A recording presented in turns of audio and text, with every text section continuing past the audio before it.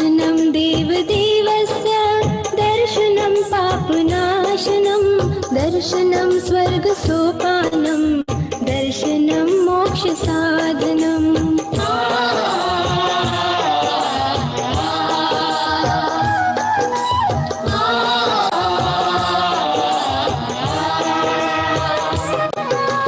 दर्शनेन जिनेन्द्राणां साधूनां वन्दनेन च नाचिरं तिष्ठते पापं छिद्रहस्ते यथोदकम्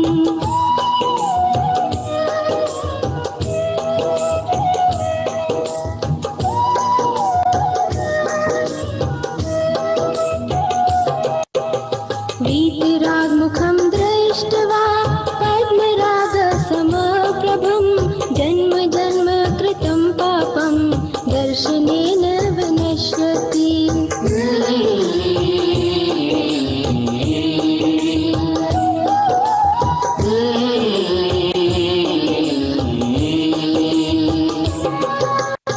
दर्शनं जन्मशूलस्य संसारध्वान्तनाशनं बोधनं चित्तपद्मस्य संसार्थप्रकाशनम्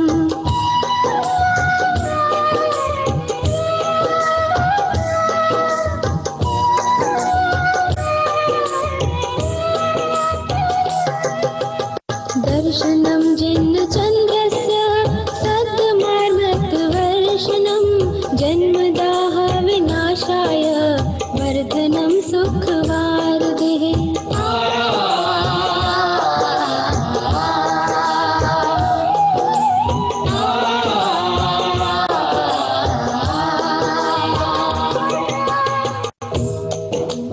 जीवादितत्वं प्रतिपादकाय सम्यक्त्वमुख्याष्टगुणान्वाय प्रशान्तरूपाय दिगम्बराय देवाधिदेवाय नमो जिनाय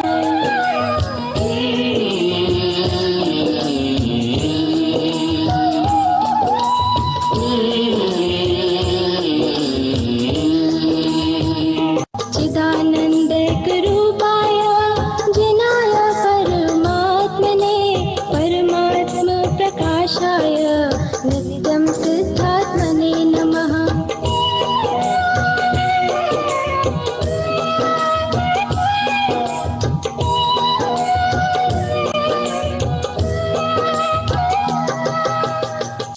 अन्यथा शरणं नास्ति त्वमेव शरणं मम तस्मात् कारुण्यभावेन रक्ष रक्ष जनेश्वर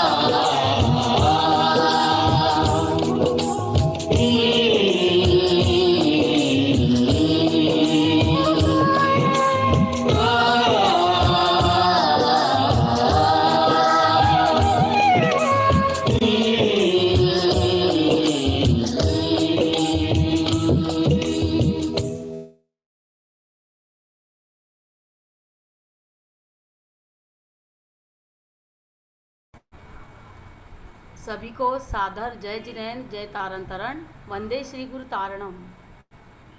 आज अखिल भारतीय तारण तरण दिगंबर जैन युवा सभा संचलित तारणम ई पाठशाला के विशेष प्रवचन कार्यशाला में मैं आप सभी का हार्दिक शुद्धात्म सत्कार करती हूँ। आज की विशेष कार्यशाला में हम अपना विषय है गुणग्राही दृष्टि, सुखी जीवन की सृष्टि। और हमारे बीच आज उपस्थित होने वाले वक्ता है श्रद्धेय बाल ब्रह्मचारी श्री अर्चना बहन जी। गुणग्रहण का भाव रहे नित दृष्टि न दोषों पर जावे, इस मेरी भावना के बहुत सुंदर विवेचन का मार्मिक मार्गदर्शन करने के लिए मैं हम सभी की ओर से आमंत्रित करना चाहती हूँ सिद्ध क्षेत्र तीर्थ सुखा जी से आदरणीय बाल ब्रह्मचारी बहन जी श्री श्रद्धेय श्री अर्चना बहन जी को वो आए और हमें मार्गदर्शन करें।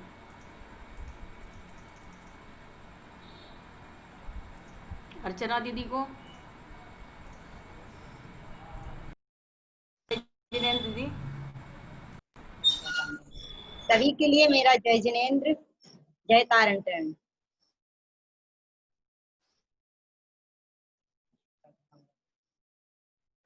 आप सबको मेरी आवाज आ रही है? आप सबके लिए मेरी आवाज आ रही ना?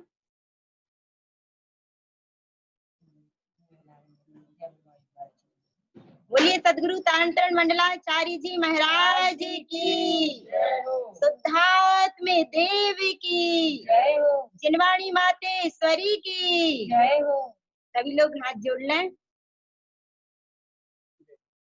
परमानंद परम ज्योति चिदानंद जिनात्मनम स्वयं रूपम समम शुद्धम विंदे स्थाने नमस्कृतम आत्मितत्विरहस्यम् महामान्यं जगद्गुरुं प्रचंड धर्मसूरिं तं वंदे श्री गुरुतारिणम् वंदे श्री गुरुतारिणम् वंदे श्री गुरुतारिणम्।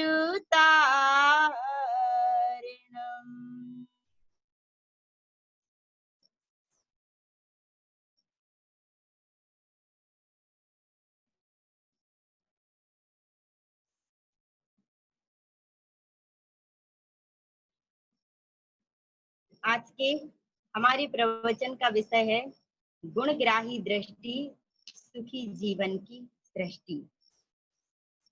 सुखी संसार का प्रत्येक प्राणी सुखी होना चाहता है और सुख की तलाश भी करता है, और जितने भी वो प्रयत्न करता है सारे के सारे प्रयत्न उसके सुखी होने के लिए होते हैं। लेकिन कारण क्या है कि वह जीव सुखी नहीं हो पाता? इसका मुख्य कारण ये है कि वह सब कुछ करता है लेकिन अपनी दृष्टि बदलना नहीं चाहता, और दृष्टि को बदले बिना वो सुखी कैसे हो सकता है? और जब तक दृष्टि नहीं बदलेगी तो हमारी जीवन की सुखमय दृष्टि नहीं बन पाएगी। इसीलिए हमें अपनी दृष्टि को सुखमय बनाने के लिए दृष्टि को बदलना आवश्यक है, क्योंकि जैसी हमारी दृष्टि होती है वैसी हमें सारी दृष्टि दिखाई देती है। दृष्टि का अर्थ है मान्यता, श्रद्धान। जैसे हम कहते हैं मिथ्या दृष्टि, तो मिथ्या दृष्टि माने मिथ्या मान्यता, मिथ्या श्रद्धान, और सम्यक दृष्टि माने सम्यक मान्यता, सम्यक श्रद्धान। तो दृष्टि दो नहीं है, दृष्टि तो एक ही है। वो जब परोन्मुखी होती है, वो दृष्टि जब मिथ्या सहित होती है तो वही दृष्टि मिथ्या नाम पाती है, और वही दृष्टि जब अंतरोन्मुखी हो जाती है, सम्यक श्रद्धान सहित हो जाती है, तो वही दृष्टि सम्यक नाम पाती है। और मिथ्यात्मक दृष्टि के कारण ही यह जीव अनंत संसार में परिभ्रमण करता है। जो परोन्मुखी दृष्टि है वो संसार का कारण है और स्वोन्मुखी दृष्टि मुक्ति का कारण है। जैसे ताले को लगाने और खोलने की चाबी एक ही होती है, अलग अलग नहीं होती है। उसी चाबी से ताला लगाते भी हैं और उसी चाबी से खोलते भी हैं, मात्र लगाने की और खोलने की दिशा अलग अलग होती है। चाबी को घुमाने की दिशा अलग होती है। अगर इस तरफ घुमाएंगे चाबी को तो ताला लग जाएगा और उस तरफ घुमाएंगे तो खुल जाएगा। इसी प्रकार हम सबके पास एक दृष्टि रूपी चाबी है। क्या है? एक दृष्टि रूपी चाबी है और उस दृष्टि रूपी चाबी को आप अंदर की ओर घुमा देंगे तो कर्मों के ताले खुल जाएंगे, माने सारे कर्म बंधन छूट जाएंगे। और बाहर की ओर घुमा देंगे तो कर्मों के ताले लग जाएंगे, मतलब ये आत्मा कर्मों से बन जाएगी। तो कह रहे हैं कि मिथ्यात्म दृष्टि ही अनंत दुख का कारण है। जब श्रद्धान हमारा विपरीत होता है, विपरीत श्रद्धान मतलब विपरीत मान्यता, उल्टी मान्यता। तो जब श्रद्धान हमारा विपरीत होता है तो क्या होता है? हमारा सारा परिणमन विपरीत होता है, सारा परिणमन मिथ्या होता है। जैसे कि एक घड़ा अगर उल्टा रखा है तो सारे घड़े उसके ऊपर रखे जाने वाले सारे घड़े उल्टे ही रखे जाएंगे। इसी प्रकार अगर मिथ्या श्रद्धान है तो सारा परिणमन मिथ्यात्मय होगा। जैसे जिस वृक्ष का बीज कड़वा हो, जिसका बीज कड़वा हो उसके फल भी कड़वे होते हैं, उसके पत्ते भी कड़वे होते हैं। इसी प्रकार अगर मिथ्यात का बीज पड़ा है तो संसार परिभ्रमण का, अनंत दुख का इसको कड़वा फल ही मिलता है। अनंत आत्मा के अनंत सुख का, सम्यक्त का मीठा फल उसको कैसे मिल सकता? क्यों? क्योंकि उसका बीज ही कड़वा है। और हर जीव क्या करता है कि जैसे मंदिर पूर्व दिशा की ओर है, मंदिर पूर्व दिशा की ओर है और आपने कदम कहाँ बढ़ा दिया है? पश्चिम दिशा की ओर। तो आप कितनी ही दौड़ लगाएं, कितनी ही दौड़ लगाएं कि आपको मंदिर मिल जाएगा क्या? नहीं मिलेगा। क्यों नहीं मिलेगा? इसीलिए कि आप जिस दिशा में कदम बढ़ा रहे हैं उस दिशा में मंदिर नहीं है। यदि आपका घर पूर्व दिशा में है और आप पश्चिम दिशा की ओर जा रहे हैं तो कितनी ही तेज दौड़ लगाएं लेकिन आपके घर में प्रवेश नहीं हो सकता है। क्यों? क्योंकि आपने गलत दिशा में अपना पुरुषार्थ किया है।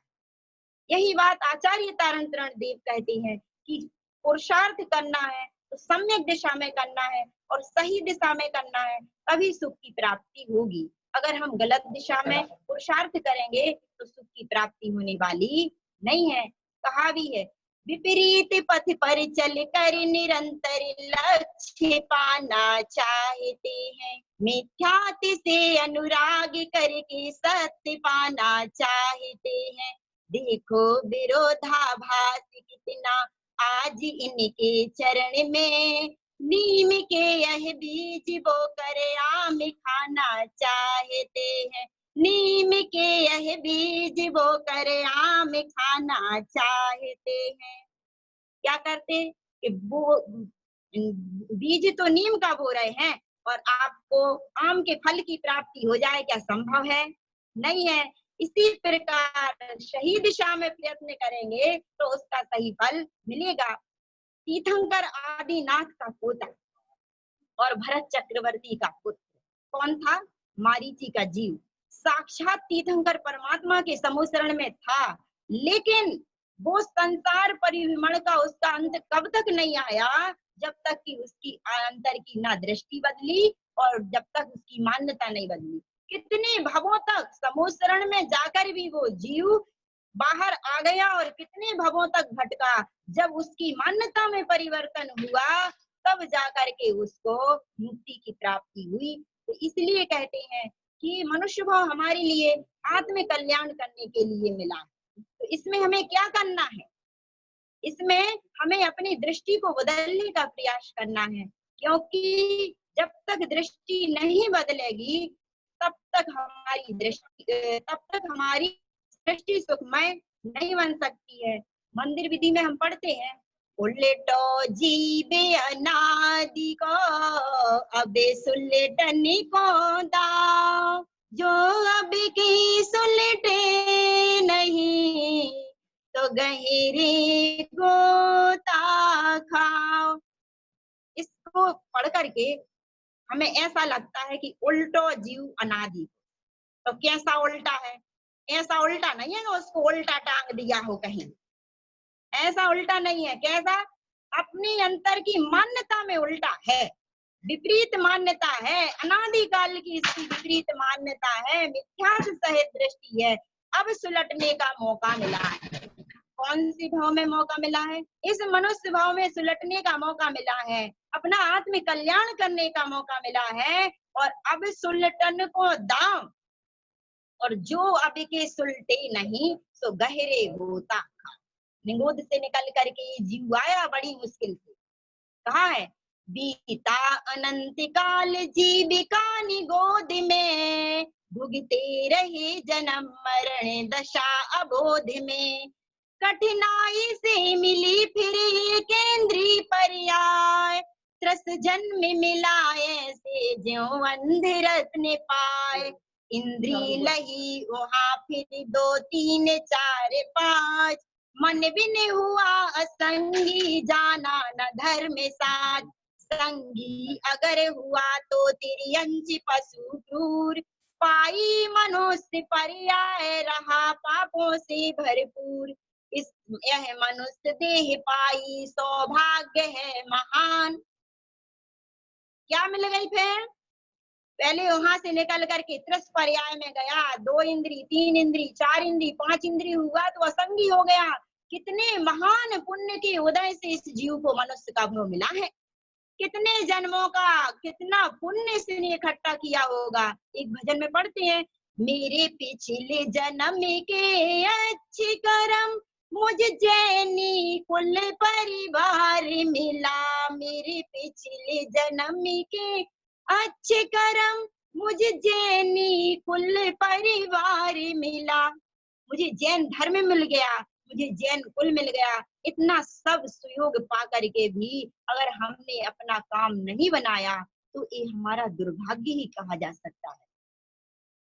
ये मनुष्य देह एक सीढ़ी है, जैसे घर में सीढ़ी होती है, सीढ़ी मतलब जीना, वो सीढ़ी होती है तो उसी सीढ़ी से ऊपर भी उतरते हैं और उसी सीढ़ी से नीचे भी, और उसी सीढ़ी से ऊपर भी चढ़ते हैं और उसी सीढ़ी से नीचे भी उतरते हैं।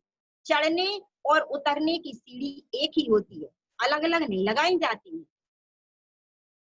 चढ़ने और उतरने की सीढ़ी एक ही होती है। इसी प्रकार मनुष्य देह एक सीढ़ी है, इस सीढ़ी से ऊपर भी चढ़ा जा सकता है और नीचे भी उतरा जा सकता है।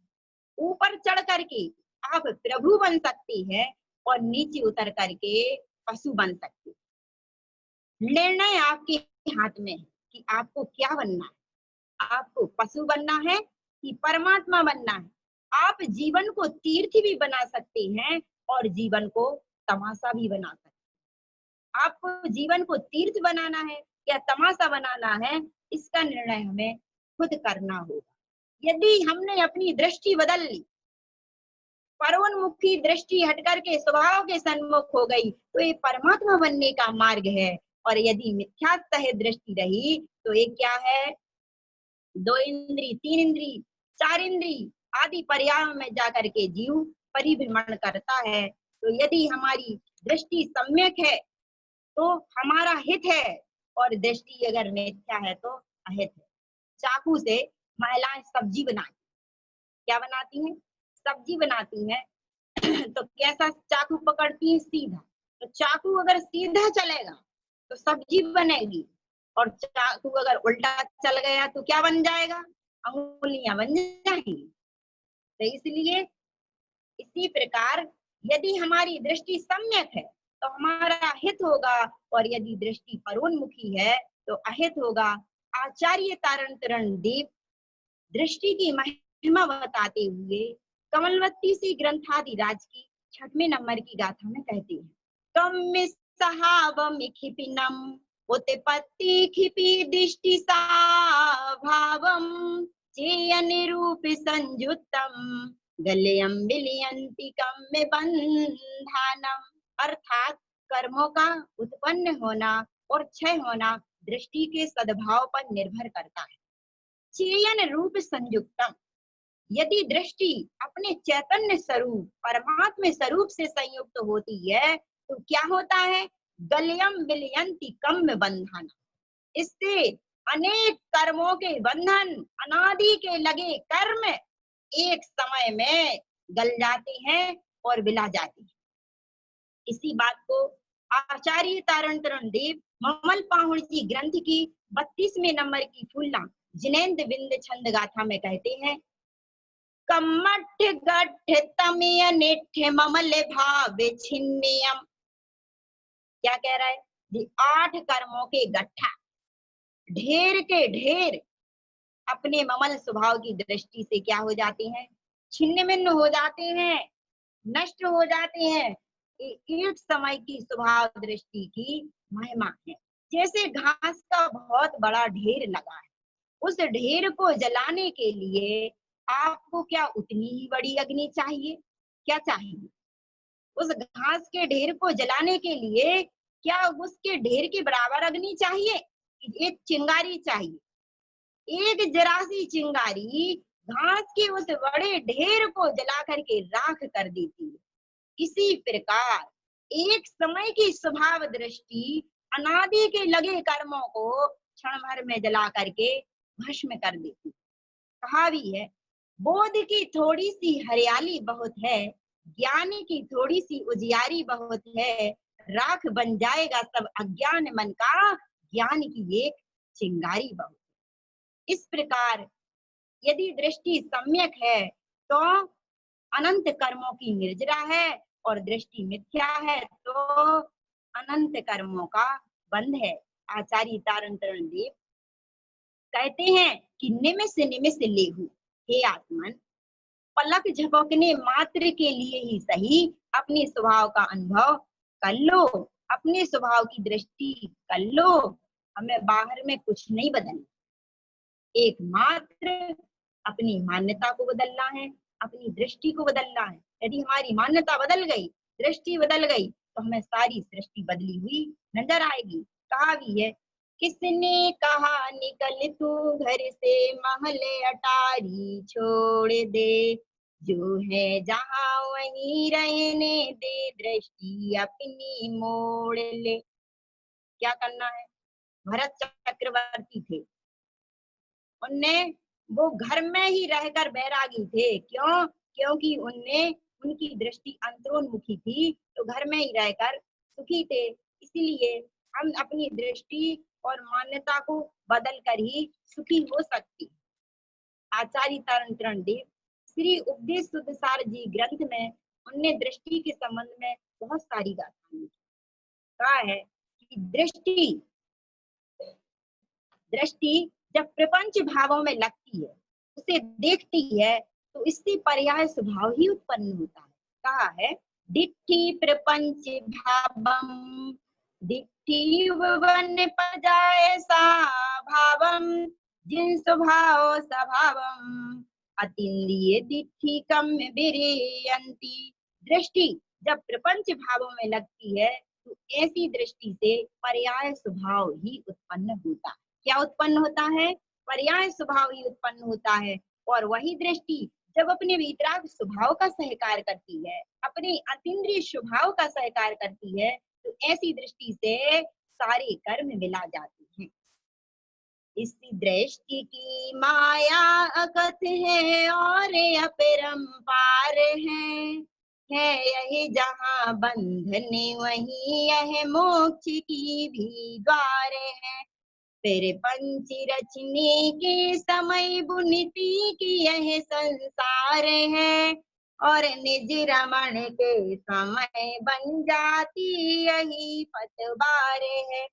रहती है बहुधा दृष्टि यह मिथ्याते भावों से सनी, दिन रात इसमें गूंजती विभ्रम भरी रागिनी।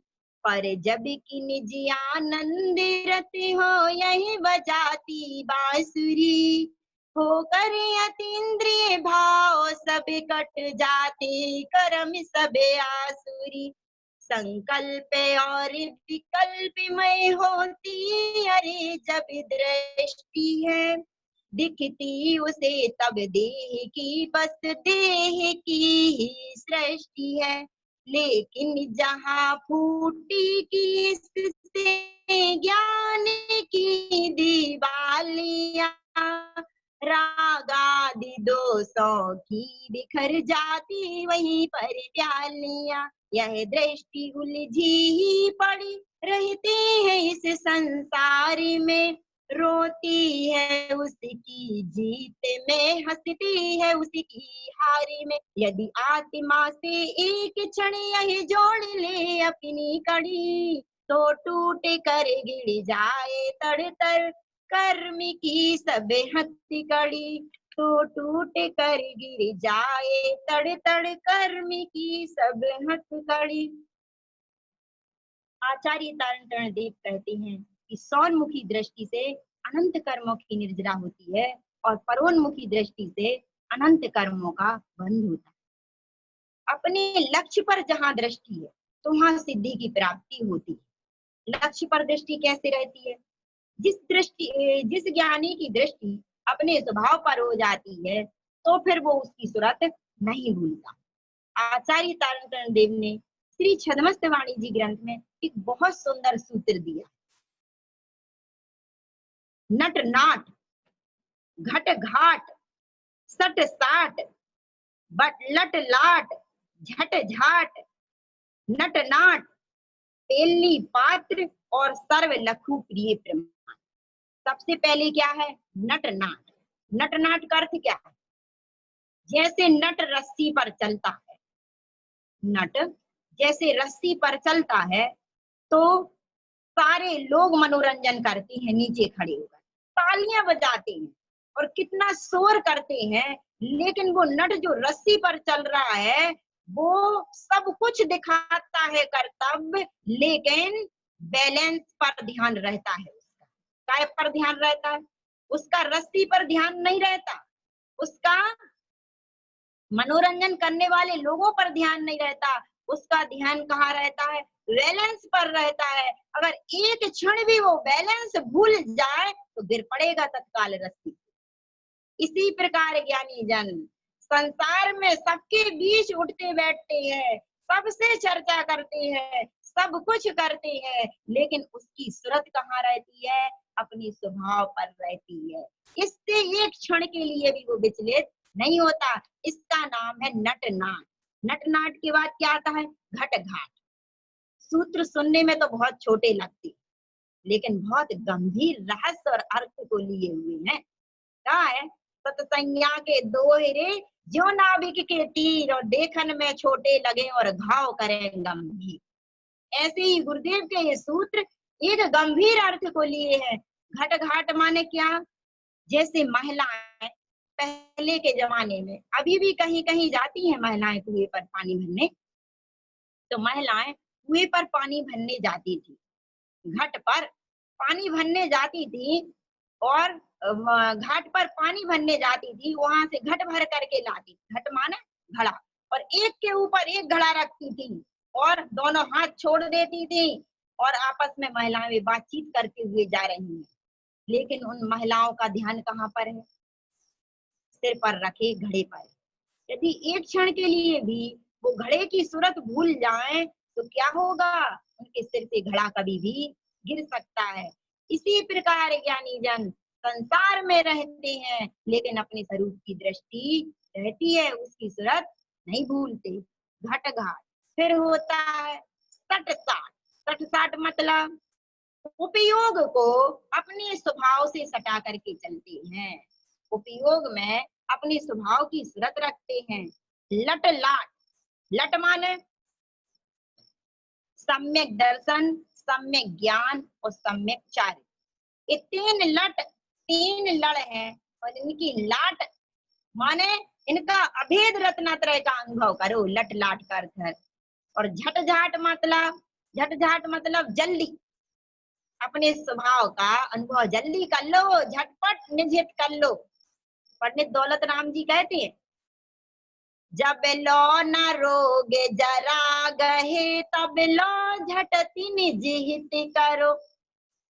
कहा है ना कि जब लो ना रोग जरा गहे तब लो झटति निज हित करो। उसी बात को आचार्य देव यहाँ झटझाट के माध्यम से कह रहे हैं कि झटझाट मतलब जल्दी अपने स्वभाव का अनुभव करो। फिर आता है बटबाट। बट का अर्थ होता है बटोही, पथिक। जैसे पथिक रास्ते से जा रहा है तो रास्ते में उसको क्या नहीं मिलता, दुकानें लगी हैं, कितने गांव मिलते हैं, सब कुछ मिलता है, लेकिन वो पथिक अपने गंतव्य को नहीं भूलता, अपने लक्ष्य को नहीं भूलता है। इसी प्रकार ज्ञानी जन संसार में रहते हैं लेकिन संसार उनमें नहीं रहता। वो संसार को अपने अंदर नहीं बसाते, अपने लक्ष्य को ध्यान में रख करके चलते हैं। तो इसका अर्थ है बटबाट। अब पेली पात्र सर्व लखु प्रिय। पेली पात्र मतलब पहले फोटो में जो गन्ना पिरता था उससे जो रस झरता था, तो पात्र जब सबसे नीचे रखा हो, जहां से रस गिर रहा है वहां बिल्कुल नीचे अगर पात्र रखा है तो रस सीधा पात्र में आता था, और यदि वो आड़ा टेढ़ा रखा है या दूर रखा है तो पात्र में रस नहीं आता। इसी प्रकार स्वभाव का आनंद तब मिलेगा जब उपयोग स्वभाव के सन्मुख कहाँ होगा, स्वरूप के सन्मुख होगा। तो ज्ञानी जन सर्व लखु प्रिय, सर्व प्रकार से अपने प्रिय स्वभाव को लगते हैं, उसे ही प्रमाण मानते हैं। तो हमने एक बात कही थी कि अगर लक्ष्य पर दृष्टि होती है तो साध्य की सिद्धि होती है। कैसे होती है कि जब कौरवों और पांडवों की धनुर्विद्या पूर्ण हो गई तो उनने गुरु द्रोणाचार्य ने उनकी परीक्षा ली, तो सारे कौरवों और पांडवों को एक लाइन में खड़ा कर दिया और एक वृक्ष पर एक मिट्टी की चिड़िया रख दी और उनसे कहा कि आपको इसमें चिड़िया की आंख की पुतली में निशाना लगाना है। सबको धनुष बाण दे करके कहा कि जब तक मैं ना कहूं तब तक बाण को छोड़ना नहीं। क्या कहा कि जब तक मैं ना कहूं तब तक आपको बाण नहीं छोड़ना है। और सब लोगों ने निशाना बनाया। अब उनने एक एक करके सबसे पूछा, क्या पूछा कि बताओ तुम्हारे लिए क्या दिखाई दे रहा है। सबसे पूछा। किसी ने कहा गुरुजी मुझे वृक्ष दिख रहा है, मुझे चिड़िया दिख रही है, मुझे पत्ते दिख रहे हैं, और सबने कुछ ना कुछ बताया। पांडवों से पूछा, कौरवों से पूछा, सबने क्या बताया, मुझे गुरुजी आप दिख रहे हैं, यहाँ खड़े शिष्य दिख रहे हैं, वृक्ष दिख रहा है, चिड़िया दिख रही है, पत्ते दिख रहे हैं। उन्होंने किसी को भी बाण छोड़ने की आज्ञा नहीं दी। अंत में अर्जुन का नंबर आया और उन्होंने अर्जुन से पूछा कि अर्जुन तुम्हें क्या दिखाई दे रहा है। तो देखो लक्ष्य, देखो दृष्टि क्या होती है। उन्होंने अर्जुन से पूछा अर्जुन तुम्हें क्या दिखाई दे रहा है। तो अर्जुन कहता है कि गुरुजी मुझे तो चिड़िया की आंख की पुतली के अलावा कुछ भी दिखाई नहीं दे रहा है। तो बताओ क्या वहां कुछ नहीं था? वहां सब कुछ था, लेकिन उसकी दृष्टि लक्ष्य पर थी, इसलिए होते हुए भी उसे कुछ दिखाई नहीं दे रहा था। ये है लक्ष्य पर दृष्टि होती है। तो अब उस गुरुदेव ने उनसे कहा कि बाण छोड़ दो, और जैसे ही बाण छोड़ा तो वो सही निशाने पे जाके लगा। यदि लक्ष्य पर दृष्टि ना होती तो क्या सही निशाने पे लगता? इसी प्रकार आचार्य कुंद कुंद देव कहते हैं मति धनुष श्रुति ज्ञान डोरी रत्न त्रय के बाण हो। काय का धनुष चाहिए? मति ज्ञान का धनुष और श्रुति ज्ञान की डोरी। मति धनुष श्रुति ज्ञान डोरी रत्न त्रय के बाण हो। परमार्थ का हो लक्ष्य तो मुनि मुक्ति मग्न ही चूकते। परमार्थ का हो लक्ष्य तो मुनि मुक्ति मग नहीं चूकते। वे मुनिराज जिन्होंने मति ज्ञान को धनुष और श्रुत ज्ञान को डोरी बनाया है और परमार्थ को लक्ष्य बनाया है, ऐसे ज्ञानी मुक्ति की प्राप्ति कर लेते हैं। और जिस जीव की दृष्टि स्वभाव सन्मुख हो जाती है, ऐसे ज्ञानी को, ऐसे उत्तम पुरुष को, ऐसे महापुरुष को पर के दोष दिखाई नहीं देते, क्योंकि पर के दोष देखना ही सबसे बड़ा दोष है। और जब हम पर के दोष देखते हैं तो हमारे अंदर काय का संचय होता है, काय का संग्रह होता है, दोषों का ही संग्रह होता है। आप दोष देखेंगे तो दोषों का संग्रह होगा और गुण देखेंगे तो गुणों का संग्रह होगा। इसलिए क्या करना है, अपनी दृष्टि को गुणग्राही बनाना, क्योंकि गुणग्राही दृष्टि ही सुखी जीवन की सृष्टि। काव्य गुणी जनों को देख हृदय में मेरे प्रेम उमड़ आवे, गुण ग्रहण का भाव रहे नित्य दृष्टि न दोषों पर जावे। कहा कि जहां हमारी गुणों को ग्रहण करने की दृष्टि होगी तो हमें गुण दिखाई देंगे, और दोषों पर दृष्टि होगी तो दोष दिखाई देंगे, क्योंकि जैसी हमारी दृष्टि होती है वैसी ही हमें वस्तु दिखाई देती। अगर आपने काले रंग का चश्मा लगाया तो आपको सारे दृश्य काले नजर आएंगे, हरे रंग का लगाया है तो सारे दृश्य हरे नजर आएंगे, नीले रंग का लगाया है तो नीले नजर आएंगे। तो जैसी दृष्टि से आप वस्तु को देखते हैं वैसी वस्तु हमें दिखती है। वस्तु अच्छी बुरी नहीं होती। हम अच्छाइयों की दृष्टि से देखेंगे तो वो हमें अच्छी दिखाई देगी, और बुराइयों की दृष्टि से देखेंगे तो बुरी दिखाई देगी। तो क्या बदलना है, दृष्टि बदलना है कि वस्तु बदलना है? और हम काय का प्रयास करते रहते हैं, सामने वाले को बदलने का प्रयास करते हैं, लेकिन अपनी दृष्टि को नहीं बदलते, इसलिए सुखी नहीं हो पाते। आप अपने घर में कचड़े को रखना पसंद करते हैं? आप अपने घर में उन फालतू वस्तुओं को रखना पसंद करते हैं जो काम में नहीं आती, जो कबाड़ की हैं? उसे क्या करते हैं, उसे बेच देते हैं, कचड़े को बाहर फेंक देते हैं। आप अपनी अंतर में, आप अपने घर में सफाई रखना पसंद करती हैं, लेकिन बाहर में ऐसा नहीं करती। बाहर में अपनी मस्तिष्क में, अपने मन मस्तिष्क में दूसरों की बुराइयां रूपी कचड़े को भरते रहते। क्या करते हैं, अपने मस्तिष्क में दूसरों के दोषों को देखना, उन दोषों का चिंतन करना, ये मन मस्तिष्क में कचड़ा भरना है, कचड़ा भरना। क्या है, कह रहे हैं उन कचड़ा को भरेंगे तो हमारे अंदर काय का संग्रह हो जाएगा, कचड़ों का होगा। और अच्छाइयां उन अच्छी वस्तुओं की तरह है, जैसे हम अच्छी वस्तुओं को अपने घर में संभाल करके रखें, ऐसे ही दूसरों के अंदर कोई अगर अच्छाइयां दिखे उसे ग्रहण कर लो और उसे अपने अंदर में संभाल कर रखो। इससे क्या होगा, इससे आपका जीवन अच्छा बन जाए। इसके लिए क्या करें, क्योंकि जब जब हम बुराइयों का चिंतन करते हैं तो हमें मानसिक संताप होता है, आकुलता होती है, दुख होता है, और हमारा जीवन संताप से भर जाता है। इसके लिए क्या करें कि हमें कभी मानसिक संताप ना हो, दुख ना हो।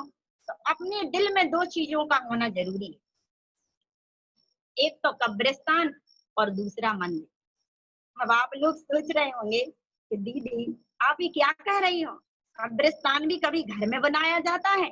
हाँ, मैं उस कब्रिस्तान की बात नहीं कर रही। कब्रिस्तान मतलब जहाँ सबको दफनाया जाता है, दफनाने का काम होता है कहाँ, कब्रिस्तान में। तो अपने अंदर एक कब्रिस्तान बनाइए, और जब भी किसी के अंदर आपको दोष दिखाई दे उसे कब्रिस्तान में दफना देना, अपने अंदर मत रखें। और अपने अंदर एक मंदिर बनाइए। मंदिर में क्या करते हैं, मंदिर में प्रतिष्ठा की जाती है। तो जब भी किसी के अंदर अच्छाइयां दिखाई दें, क्या दिखाई दें, जब भी किसी के अंदर आपको अच्छाइयां दिखाई दें तो उसे को वहां से उठा करके अपने मन मंदिर में उसकी प्राण प्रतिष्ठा कर सको, इसके लिए मंदिर बनाना है। इससे क्या होगा, इससे तुम्हारा जीवन सुखमय बन जाए। जब भी किसी के घर अतिथि बन करके जाओ, सब लोग जाते हैं रिश्तेदारी निभाने के लिए, तो जब भी किसी के घर में अतिथि बनकर जाओ तो अपनी आंखों पर इतना काबू रखो, काय पर? अपनी आंखों पर इतना काबू रखो कि उसके अतिथि सत्कार के अलावा आपको कुछ भी दिखाई ना दे।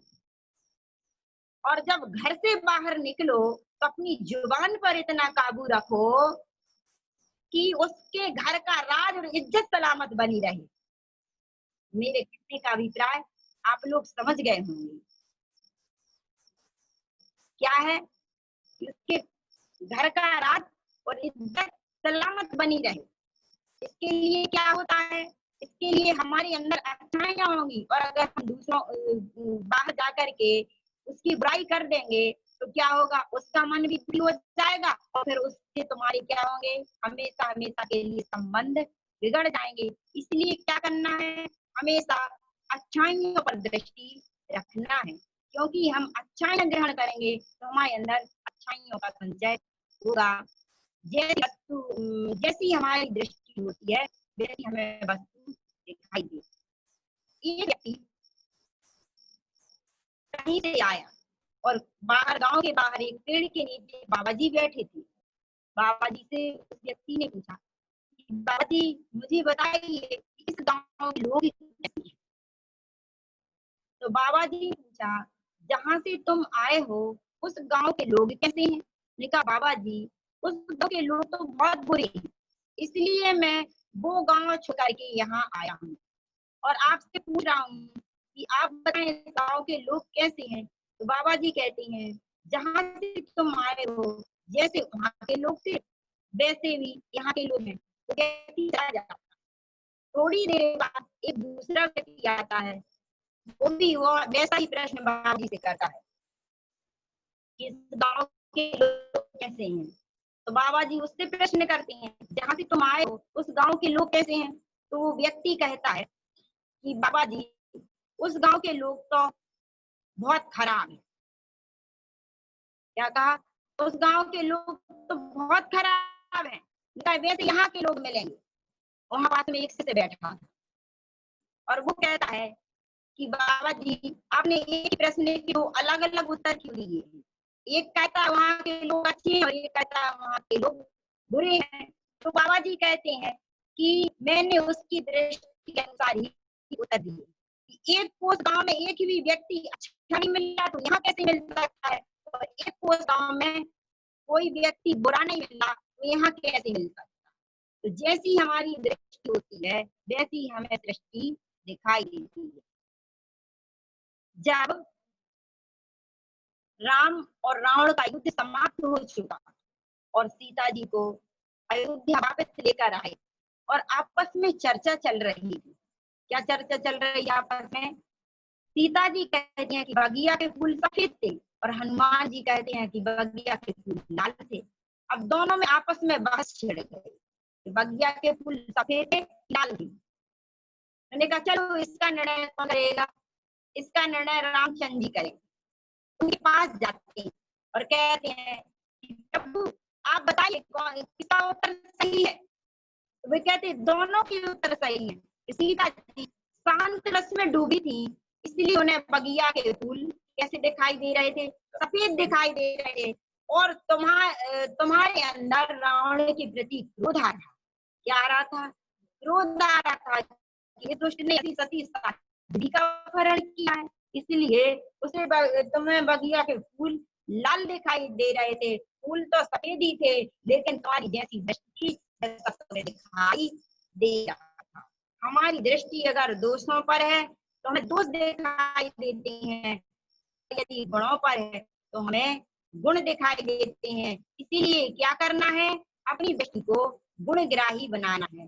गुणग्राही दृष्टि ही सुखी जीवन की दृष्टि है। जहाँ गुणों पर दृष्टि होगी वहाँ गुण दिखाई देंगे। एक व्यक्ति कहीं से जा रहा था, वो चंद्रमा को देख करके कहता है कि ये चंद्रमा तू बहुत सुंदर है, लेकिन तुझ में दाग ना होते तो कितना अच्छा होता। थोड़ी दूर चला तो उसे कोयल दिखाई दी। वो कोयल से कहता है, हे कोयल तू तेरी आवाज बहुत मधुर है, तू बहुत सुंदर है, लेकिन तू काली ना होती तो कितना अच्छा होता। थोड़ा आगे चलने पर उसे समुद्र मिलता है। समुद्र से कहता है, हे सागर तू विशाल है, गंभीर है, लेकिन अगर तू खारा ना होता तो कितना अच्छा। इतने में एक व्यक्ति उसे मिला, वो कहता है, हे मानव, तेरे अंदर सब कुछ है, लेकिन तेरे अंदर अगर दोष देखने की दृष्टि ना होती तो कितना अच्छा। इसलिए जीवन को यदि सुखमय बनाना है तो क्या करना, अपने अंदर गुण ग्रहण का भाव रहे, नित्य दृष्टि न दोषों फल। गुण ग्रहण की दृष्टि बनाना है, इससे क्या होगा, हमारा जीवन सुखमय बनेगा। और अंतर में अपने स्वभाव की दृष्टि बनाना है, इससे जीवन में सुख शांति आएगी। बोलो श्री गुरु महाराज की। मैं आप सब लोगों को एक छोटा सा भजन सुनाना चाहती हूँ, इसलिए मैंने थोड़ी देर पहले ही प्रवचन समाप्त कर दिए।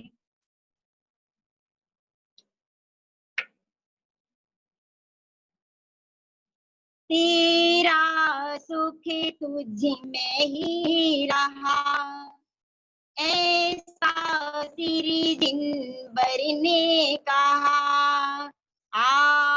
निज में मेरी चेतना, निज में मेरी चेतना। दृष्टि को कर ले सम्यक मिथ्याति नाश कर, अभिज्ञान दीप प्रगटा चारित्र प्राप्त कर।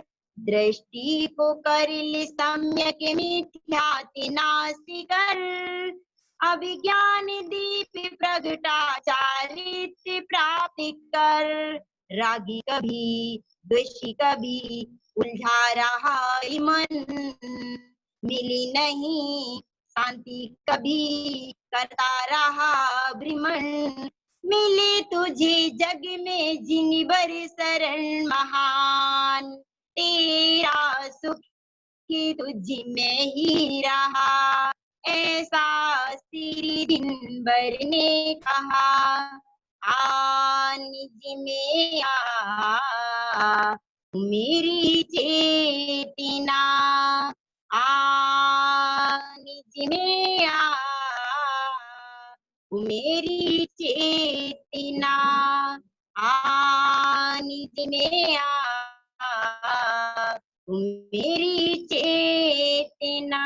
बोलो श्री गुरु महाराज की जय हो, जय हो, जय हो। आप सभी साधर्मी जनों से निवेदन है कि आपको इस उद्बोधन में अगर कोई प्रश्न हो तो आप पूछ सकते हैं। हम दीदी से निवेदन करते हैं कि आज श्रद्धेय दीदी आप हमारे प्रश्नों का समाधान कर दीजिएगा। आप शंका समाधान का एक 10 मिनट का समय अपन रखते हैं। आप हैंड रेज भी कर सकते हैं और आप चैट में भी लिख सकते हैं, तो हम दीदी जी से पूछ लेंगे। लगता है दीदी आपने इतना अच्छा गुण ग्रहण का आज पाठ पढ़ाया है कि सभी बिल्कुल मान लो गुण ग्रहण करने के लिए तत्पर हो गए हैं। अब तो 200 पे नजर ही नहीं जाएंगी, भले ही चाइना आ बैठे। क्या है, मोबाइल की बैटरी लो होती है। हाँ, उस वजह से थोड़ा आवाज आपका ब्रेक हो रहा था। हम समझ गए। मैंने थोड़ी देर पहले छोड़ा। ठीक है दीदी, अभी तक तो किसी के हैंड रेज नहीं हुए हैं। जैसे हमारे पास अगर क्वेश्चन आएंगे तो हम आप तक प्रेषित कर देंगे, ठीक है। हाँ, मैं आज इस गुणग्राही दृष्टि और सुखी जीवन की सृष्टि, इस विषय की इस अद्भुत उद्बोधन के आभार के लिए आप सभी के बीच आमंत्रित करना चाहता हूँ। आदरणीय मम्मी सौ मीनाक्षी अजय कुमार जैन, चोपड़ा महाराष्ट्र से।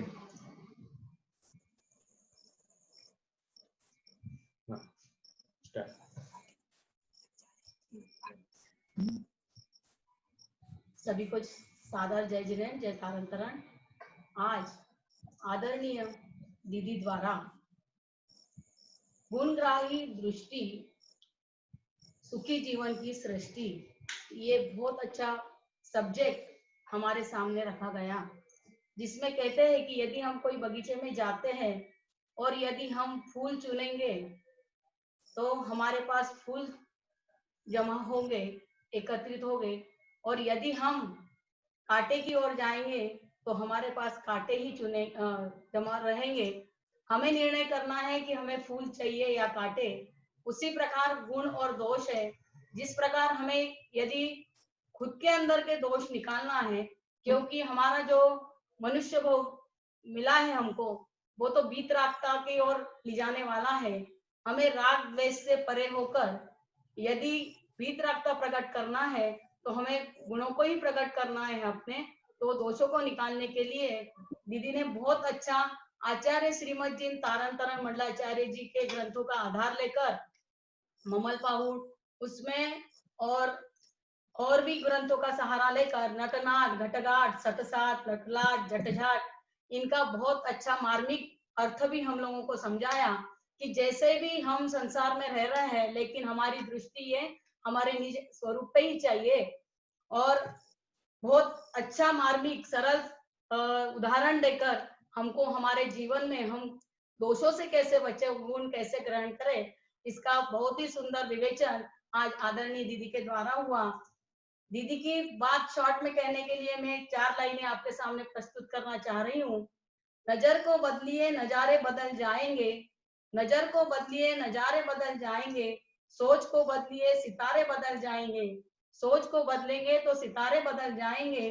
करवटें बदलने से समाधान नहीं होगा भाई, करवटें बदलते रहने से समाधान नहीं होगा भाई। खुद को बदलिए तो सब बदल जाएंगे, खुद को बदलेंगे तो सब बदल जाएंगे। इसका मतलब यही हुआ कि दीदी ने एक ही लाइन में अपने को बोल दिया है, दृष्टि करो अपनी ओर रे तभी निज कल्याण होगा, दृष्टि करो अपनी ओर रे तभी निज कल्याण होगा। आप सभी साधर्मी जनों ने सबसे पहले तो आभार में अखिल भारतीय तारण तरण युवा सभा द्वारा संचालित तारणम ई पाठशाला का करना चाहूंगी कि हमको याद आ रहा है कि पिछले वर्ष वर्षावास के समय दोनों दीदियां आदरणीय समयश्री बहन जी और अर्चना दीदी दोनों महाराष्ट्र प्रांत में शिरपुर में थी, और इस वर्ष हमारा जो वर्षावास का समय है वो खाली खाली सा जा रहा है कि क्योंकि कोई भी श्री संघ या साधक संघ के कोई सदस्य महाराष्ट्र प्रांत में नहीं पहुंचे हैं। लेकिन उसकी कमी अखिल भारतीय तारण तरण युवा सभा ने दूर कर दी है। आज हम महाराष्ट्र प्रांत में बैठकर भी, शिरपुर में बैठकर भी पूरे भारतवर्ष में सभी साधकों को आनंद, प्रवचन और मार्मिक तत्व ज्ञान हमको मिल रहा है। तो हम अखिल भारत सबसे पहले तो जो साधकगण और विद्वानगण हम लोगों को उनका अमूल्य समय हम लोग को दे रहे हैं, इसके लिए मैं उनकी सहृदय से आभार व्यक्त करती हूँ। उसके बाद में अखिल भारतीय तारण तरण युवा सभा का कि जिन्होंने तारणम ई पाठशाला के माध्यम से इन अलग अलग विषयों को लेकर पूरे 7 दिन हम लोगों को अनेक अनेक विषयों की जानकारी और अनेक विषयों से अवगत करा रहे हैं। इसलिए तारण तरण युवा सभा के सभी पदाधिकारियों का मैं तहे दिल से आभार व्यक्त करती हूँ।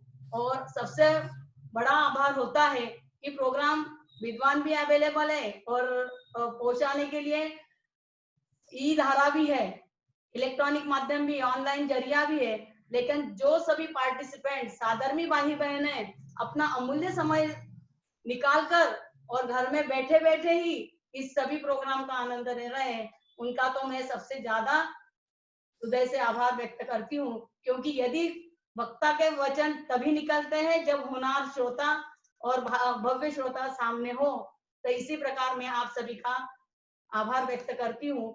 इसी तरह हम सभी को अपने समय का सदुपयोग करते हुए सभी तारणम ई पाठशाला के सभी का गतिविधियों का आनंद हमको लेना है अपना समय निकालकर। और आपको एक और अच्छी जानकारी मैं दे दूं कि अखिल भारतीय तारण तरण महिला परिषद का भव्य अधिवेशन आज शुरू हुआ है और कल भी है। तो आप सभी साधर्मी बहनों से मैं निवेदन करना चाहूंगी कि सभी लोग महिला परिषद का आवेदन फॉर्म सदस्य होने हेतु जरूर भरिए। और कल भी दोपहर में 2:30 बजे से 5 बजे तक अधिवेशन का समय है। आप जो भी बहनें अपनी मन की बात रखना चाहती हैं उन सभी को मौका दिया जाएगा। आप सभी सादर आमंत्रित है। इस तरह अपने तारण पंथ की गतिविधियां बढ़ाने के लिए हम सभी एक दूसरे का साथ करें, सहकार्य करें। इससे अपने तारण पंथ को आगे बढ़ाने में चालना मिलेगी। थोड़ा आभार मेरा लंबा हो गया है। मैं आप सभी से उत्तम क्षमा चाहती हूँ और सबको सादर जय जिनेन्द्र और जय तारण तरण करती हूँ। दीदी जी, धन्यवाद। बहुत बहुत धन्यवाद आदरणीय मम्मी दीदी जी। बोल रही। हाँ आदरणीय भैया मैं कुछ बोलना चाहती हूँ। हाँ वो बोलना हाँ चाहती दीदी।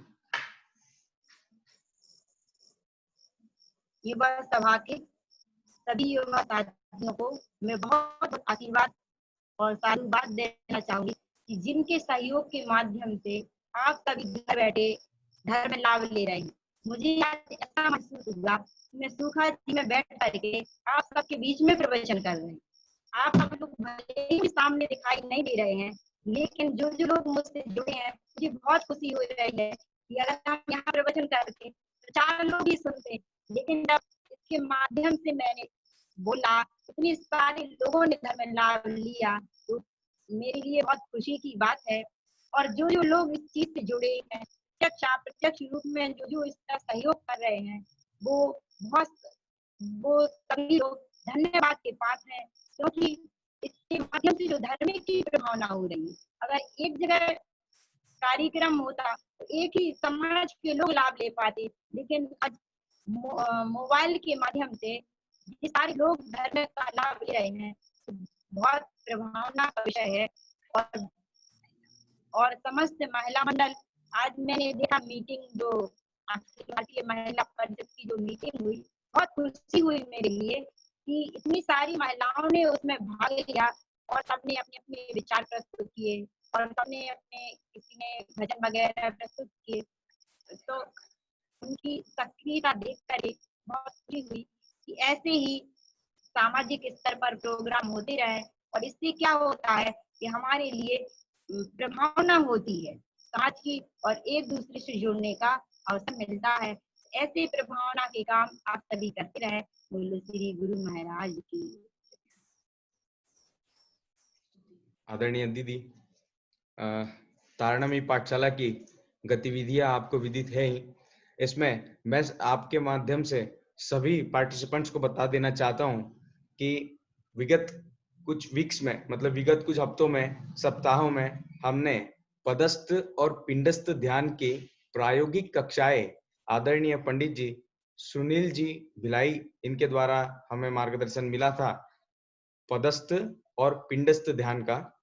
इसी श्रृंखला में बुधवार को 29 जुलाई है, बुधवार से हमारा एक नया शिविर शुरुआत हो रही है, नए शिविर की 5 दिवसीय शिविर, जिसका विषय रहेगा रूपस्थ ध्यान की प्रायोगिक विधि। इसको आचार्य प्रवर श्रीमद जिन तारण तरण मंडलाचार्य जी महाराज जी के फूलनाओं द्वारा आदरणीय पंडित जी श्री सुनील जी भिलाई इनके द्वारा और उनकी श्रीमती सौ सुनीता जी जैन भिलाई इनके द्वारा हमें प्रायोगिक कक्षा के द्वारा यह ध्यान का मार्गदर्शन मिलेगा। इसका समय रहेगा ठीक सुबह 6:30 से 7:30। यह बुधवार से रविवार तक प्रतिदिन चलेगा। तो आप सभी पार्टिसिपेंट्स को सादर निवेदन है कि आप अपने सहपरिवार, संपूर्ण परिवार के साथ में आप उपस्थित रहिएगा। और हमने ऑनलाइन इस शिविर को चलाया है, पिंडस्थ ध्यान के शिविर को। आप देखिएगा कि कितना आनंद आता है सुबह के ध्यान में, जब पंडित जी प्रायोगिक कक्षा के द्वारा हमें मार्गदर्शन करते हैं।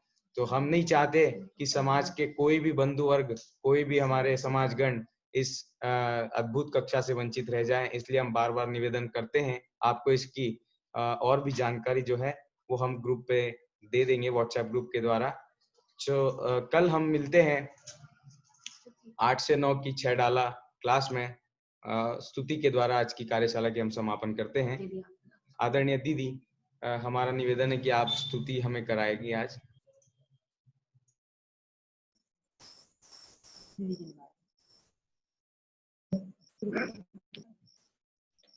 सभी हाथ जोड़ लें।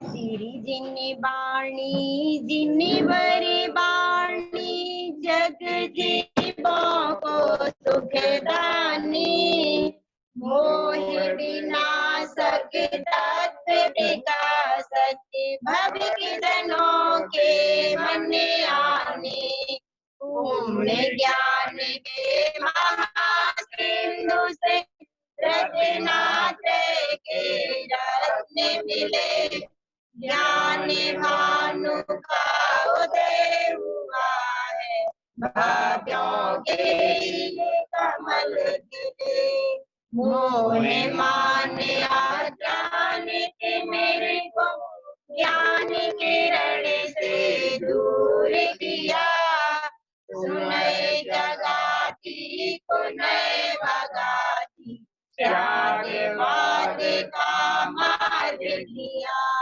वस्तु स्वरूप यथार्थ बताया बतलाया नित्यात्म निराम धन धन सत्य सत्य वंदन सत्य प्रणाम सत्य सत्य वंदन सत्य प्रणाम सत्य सत्य वंदन सत्य प्रणाम।